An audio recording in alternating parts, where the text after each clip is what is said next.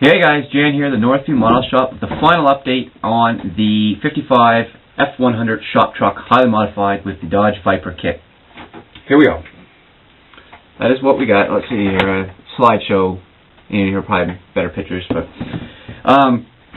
here's what the stock version looks like. You'll note bumpers front and rear on this truck are no longer on here, emblems on the side no longer there. The stance on this truck actually sits higher up. This truck sits a lot lower. Wheels and tires are different compared to the other one. I'm just trying to think of other little things here. Bench seat on here, and this has a 302 5-liter Cobra engine. This truck here, as you can see, the wheels are much different. These are a 66 El Camino. Out of that kit, I use those wheels. Roll pan in the back. To do this, you need to make little side skirts here, which turned out really awesome. I thought they were going to turn out pretty bad, but they turned out really nice. I guess I can rid of the stand here and just hold like this. No bumper in the front. In the stock version, the frame actually protrudes out to allow the bumper to mount. That all got cut off. Another little thing that I almost made the boo-boo on was I almost installed the V8 emblem here. You can't install the V8 emblem if you're running V10 Viper engine. I guess also here, firewall was all cut out and a new firewall installed. Or I guess it wasn't cut out, just wasn't installed. New one was I made my own and recessed it in here to allow for the Dodge Viper engine to sit further back. I guess made a mistake by gluing the body together before I did pictures and stuff, but you probably can't see. But center console was installed, Dodge bucket seats. And then use the stock chrome steering wheel and steering post and all that stuff. The door panels, kind of had to test myself. I couldn't find another vial of paint. All the stores were out. So I had to actually do quite a bit of masking work and airbrush. Same with the motor. Had to mask and airbrush the top intake. I wasn't confident myself, but I tried it and it turned out really, really nice.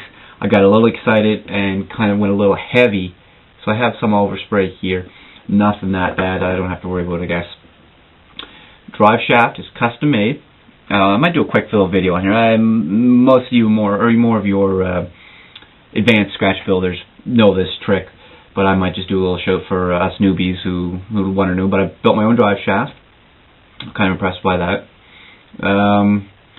Little added touch at the very end before I mounted the motor. I actually painted the oil filter the same color as the upper intake, made it look a little standard on its own. As you know from the videos prior to, cut out all the torsion bar suspension to reinstall it and relocate it in the correct locations, add rack pinion steering. One thing you'll notice, no exhaust system on this truck. It wasn't until after I got everything all kind of finalized in that I realized that the dump for the headers comes out, and I can't even see it, but it comes out right where the engine mount's supposed to be. I'd already finished, worked everything, so it's not there. I may try to lay it in there after. That's why I haven't glued it. May have to lay something in after the fact and then cut it to come out to the back like my plan was, but at this point I'm kind of calling it done for now until later on. Trying to think of anything else here I want to go over. One downside, and I kind of kicked myself, but my skills are still developing scratch building, so I didn't pursue it very far. Was I didn't actually do any kind of engine mount. It's just the oil pan is glued solid to the rack and pinion, and the transmission just sitting on this cross member. Unfortunately, what that does is, if it's on the video now, it gives the motor a bit of a rake down. I wish I would have spent the time to kind of clean this cross member up a little bit to get it sit level, but you won't see that at 100 miles an hour anyway. See close, I probably can't see very well, but recessed firewall and then fit and finish afterwards. I had to kind of dig a little bit here, so that still needs to be cleaned up before she goes for her sit in the shelf. But anyway, guys, let's put that on backwards. Put that down like that. Anyway, guys, thanks for your support and everything on this build. I know it generated a lot of interest, and this definitely won't be my last custom work truck or car or anything. I think I'm going to try to get into a little more of this stuff, scratch building and modifying highly. It was a lot of fun.